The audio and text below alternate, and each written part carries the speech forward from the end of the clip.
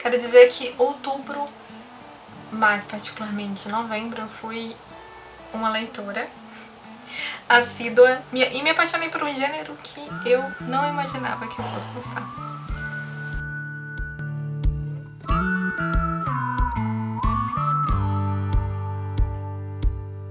Olá, meu nome é Ellen, sem H, e bem-vindo ao meu canal. Se você chegou aqui de paraquedas, do nada, já aproveita e já se inscreve aqui no canal.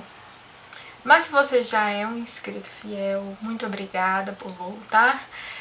Eu fico muito feliz de saber que você está aqui acompanhando as minhas leituras e também querendo saber um pouco mais sobre a história por detrás de muitos livros. Hoje eu vim aqui falar um pouco sobre as minhas leituras de outubro e novembro. Eu resolvi fazer um combo, né, um vídeo logo para falar sobre essas duas leituras, já que outubro eu li um pouco menos, novembro eu li bem mais, mas eu li bem mais, em especial de um gênero que pra mim é novo, assim, nunca tinha lido, nunca tinha parado pra ler. Entre aspas, né? Outubro eu li 3 livros, na verdade foram 2 releituras e um livro novo. As releituras, como eu disse, desde agosto eu tô relendo a saga do Harry Potter. Por quê? Porque eu resolvi reler livros que são favoritos pra mim, estão nas minhas listas de favoritos, e alguns dos livros do Harry Potter entram na minha lista de favoritos, e é a leitura confortável que eu já disse em outros livros que eu vou deixar listados aqui embaixo. Então, em outubro eu li Harry Potter e o Prisioneiro de Azkaban, o 3º volume, e Harry Potter e o Cálice de Fogo. Cálice de Fogo, pra mim, é o livro do Harry Potter que eu mais gosto. Ele continuou na minha lista de favoritos. Me sinto feliz de manter um livro que já era favorito quando eu li e agora ele continua sendo. Eu acho engraçado porque eu sempre fico na dúvida se eu vou contar a história do Harry Potter ou se todo mundo sabe. Então é aquela história daquele menino, adolescente, pré-adolescente, né? No primeiro livro, lá na Pedra Filosofal. Ele, aos 11 anos, descobre que ele é um bruxo, e aí ele vai pra uma escola de magia, e aí lá ele acaba descobrindo mais sobre a sua história, sobre a história dos seus pais, e por que ele cresceu na casa dos tios. E no livro 3, que é O Prisioneiro de Azkaban, e no livro 4, que é O Cálice de Fogo, já é uma continuidade dessa vida do Harry em Hogwarts, e ele descobrindo mais sobre a sua origem e a sua relação com o Lorde das Trevas, que é o vilão de toda a história. Então eu reli o livro 3 e o livro 4 da saga do Harry Potter. E um livro que eu li pela primeira vez e que eu gostei muito, que entrou definitivamente na lista dos melhores livros de 2021. É engraçado que nos últimos meses eu li livros muito bons, o que eu não li de muito bom antes, porque quem viu o vídeo que eu falei sobre os melhores livros de 2021 até aquela época, que eu acho que foi agosto ou julho, eu não tinha lido livros tão bons assim. Li livros bons, mas eu esperava ter lido bem mais livros legais. E por incrível que pareça, os últimos livros que eu li, eles foram muito bons. E que meio que tá compensando tudo que eu deixei de ler. Talvez eu tenha deixado os melhores livros pro final do ano. Talvez. E esse livro é Identidade, da Nella Larsen. Eu li no formato de e-book. É um livro curto que dá pra ler rapidinho, em 2 dias você lê ele. E ele conta a história de 2 mulheres. Ele se passa na década de 20 nos Estados Unidos, 2 mulheres negras, só que com a cor de pele que as possibilitam de se passarem por brancas caso elas queiram e consigam. E uma delas usa isso pra mudar a vida dela, casa com um homem branco e tudo mais, a outra não, a outra aceita que a vida dela é aquela e casa com um homem negro e faz a vida dela. E elas se reencontram depois de muitos anos. E aí a vida das duas acabam se misturando. questionamentos começam a aparecer e o certo perigo da exposição acaba acontecendo, porque a gente tá falando dos Estados Unidos muito racista, muito segregador, e uma mulher negra se passando por branca em uma sociedade dessa acaba sendo um perigo muito grande que ela acaba correndo para poder mudar a vida dela. E aí entra muito essa discussão de identidade, acho que por isso a tradução para o português ficou identidade. É uma discussão muito legal, assim, é uma discussão muito profunda, é um livro muito bom e que eu indico muito para que as pessoas possam ver esse conflito entre duas mulheres negras tentam se descobrir e se reconhecer na sua cor. Não é um livro que eu vou deixar de falar, eu tenho já um vídeo programado para falar sobre ele, mas esse vai ser lá em janeiro, que inclusive teve uma adaptação da Netflix que eu ainda não assisti, com o mesmo nome, e como eu disse, uma das minhas leituras favoritas de 2021. Eu inclusive dei 5 estrelas e favoritei como um dos melhores de 2021. Então, esse é o saldo de outubro. Harry Potter e O Prisioneiro de Azkaban, Harry Potter e o Cálice de Fogo e Identidade. Agora, novembro. Qual que foi a novidade de novembro? Eu li um gênero que eu nunca tinha lido. Eu tinha um certo receio de ler e eu não sabia muito bem por onde começar. Mas quando eu descobri que uma série que eu gosto muito, que é Lock and Key da Netflix, que inclusive tá na segunda temporada, terminou a segunda temporada, vai ter continuação, ela é uma adaptação de HQs, com o mesmo nome, do autor Joe Hill. Então eu li o primeiro, que é Lock and Key, Bem-vindo a Lovecraft, e gostei muito. Eu fiquei muito impressionada como eu gostei. Além de você ver que a série é uma adaptação dos quadrinhos da HQ, então eu vi uma versão da história, né, a versão da história, e uma certa profundidade que eu não pude ver na série, como uma questão do luto, com a questão em outros, na continuação dos HQs, questão do trauma. E eu achei interessante poder perceber isso numa história curta, né? Que os HQs são histórias curtas.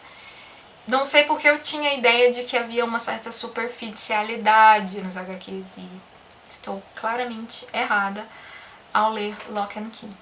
Então eu li o primeiro, né? Bem-vindo a Lovecraft, só que em inglês é Welcome to Lovecraft. E li o segundo também, que é Lock and Key, Head Games. Todos os que eu li foram em inglês.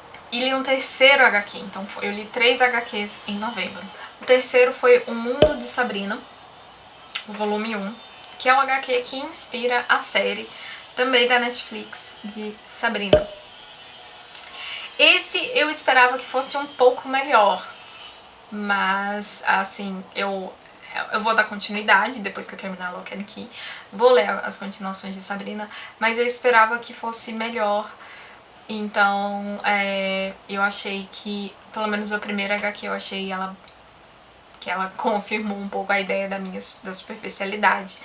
E também da superficialidade da Sabrina, que eu espero que desenvolva e que amadureça essa personagem. E em novembro eu também continuei a leitura de Harry Potter e li o Harry Potter e a Ordem de Fênix e li Harry Potter e o Enigma do Príncipe. Sim, eu li rápido. Sim, eu estou reforçando a minha Pottermania. Então eu li o 5º e o 6º livro de Harry Potter. Reli, né, na verdade. Tem que eu falo li, mas é reler, gente, quando eu tô falando de Harry Potter. Mas também terminei de ler um livro que eu tava lendo já há alguns meses, não por ser um livro difícil, mas por ser um livro que precisava ser ruminado. Porque tem muitas lições, muitas coisas pra se pensar, que é A Improvável Jornada de Harold Fry, da autora, eu sempre troco, Rachel Joyce, da autora Rachel Joyce. Esse livro é, como o próprio nome fala, a história de Harold Fry, um idoso aposentado, que em uma bela manhã recebe uma carta de uma antiga amiga dele, com a qual ele não tem contato por muitos anos. qual, tipo, meio que sumiu da vida dele muitos anos atrás, dizendo que ela estava muito doente, que ela estava com câncer e que ela não iria sobreviver e ela simplesmente queria se despedir dele. E aquilo ali foi o gatilho de tentativa de fazer alguma coisa. Harold escreve uma carta pra ela e leva ao correio. Só que ele vai andando até o correio, só que nesse meio do caminho ele percebe que ele não quer mandar uma carta, ele quer entregar a carta, ele quer ir até lá. Só que ele não quer, tipo, pegar um carro, pegar um ônibus, pegar um avião e ir até lá. Ele quer ir andando. Então essa é a improvável jornada de Harold Fry. Um idoso que não está preparado para isso, que ele não está preparado nem fisicamente, nem com acessórios, nem nada, ele com a roupa do corpo, ele foi andando para o lugar onde a amiga estava, e não era na mesma cidade, eram quilômetros e quilômetros e centenas de quilômetros distante da onde ele vivia, e ele foi. É aquela antiga história, tipo, não é novo o tema da caminhada em busca de algo. E a gente já viu isso em vários filmes, em vários livros, essa caminhada com um sentido simbólico de uma busca, da busca, né, que nós fazemos. Mas o que tem de bom? Primeiro, tem um ponto que eu gosto muito, é de ter protagonistas idosos, pessoas mais velhas. Por que eu gosto muito de livros, que eu gosto muito de séries, que eu gosto muito de filmes em que os protagonistas são idosos? Porque eles têm uma bagagem, e eles têm um certo sofrimento, e eles têm uma certa visão da finitude da vida diferente. Eles padecem de certas coisas que os jovens às vezes não padecem nas histórias. Eles sentem dor, eles sentem um envelhecimento, eles sentem mais luto de pessoas com quais eles viveram por muitos anos. Eles sentem a solidão que a vida pode te trazer. E a gente vê isso, eu gosto de ver essa realidade nesses protagonistas. E Harold Fry é aquela pessoa que viveu uma vida apática, mas que essa vida apática é resultado da própria vida dele. Ele tem seus traumas, ele tem suas mágoas, foi assim que ele aprendeu a lidar com os problemas dele, e ele tem os seus próprios arrependimentos. E a partir do momento em que ele começou a andar para ir ver a amiga, ele viu que ele precisava de estar em movimento para repensar a vida dele. Então é aquela metáfora de caminhar em busca da felicidade. Ele abre a mente dele para ele conhecer novas pessoas, para ouvir novas histórias, e que às vezes, para a gente fazer isso, para a gente se abrir para pessoas diferentes da gente, o que a gente tem que fazer é sair de casa, é ir de encontro a essas pessoas, é dar oportunidade a essas pessoas a falar com a gente, a contar as histórias dela, porque a maioria das vezes o que a pessoa precisa é falar, e às vezes a gente precisa falar, mas a gente também precisa ouvir.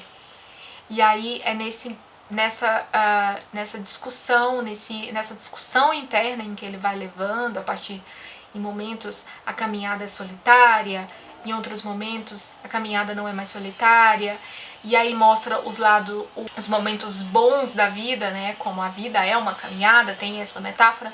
Então tem os momentos bons, os momentos de orgulho de estar fazendo alguma coisa, mas tem aqueles momentos em que você tá cansado, tem aqueles momentos que você só quer voltar pra casa, tem momentos que você só quer deitar em posição fetal, tem momentos que você quer chamar a mãe, e tem momentos que você só quer morrer. Então é aqueles altos e baixos comuns da nossa vida. Então pra mim, a improvável jornada de Harold Fry lida com tudo isso, lida com a questão da memória, do luto, da mágoa, da morte, da aceitação da velhice, da aceitação do amor, sabe? E esse é um outro livro que pra mim entrou na lista dos favoritos de 2021 e que entrou no meu coração, e é um livro que eu posso reler todos os anos e ele vai me marcar tenho certeza que ele vai me marcar e vai só alimentar esse amor que agora eu plantei e nutri por esse livro. Eu indico muito, muito, muito esse livro para pessoas que querem ver essa metáfora mesmo da vida, que é a caminhada, né? E que o Harold Fry, ele revê e repensa com muita delicadeza. Então é isso, gente. Esses foram os livros que eu li em outubro, em novembro, um saldo de, somando os meses, de 9 livros. Muito longe da minha meta anual, mas tá tudo bem, é isso mesmo, a vida é assim. E se você gostou, não esquece de deixar o seu like, não esquece de deixar seu comentário aqui falando se você é um leitor de HQ, por exemplo. Quero conhecer e saber indicações de HQ para eu poder ler, porque com certeza é um gênero que vai entrar mensalmente na minha lista de leituras, tá bom? Até a próxima!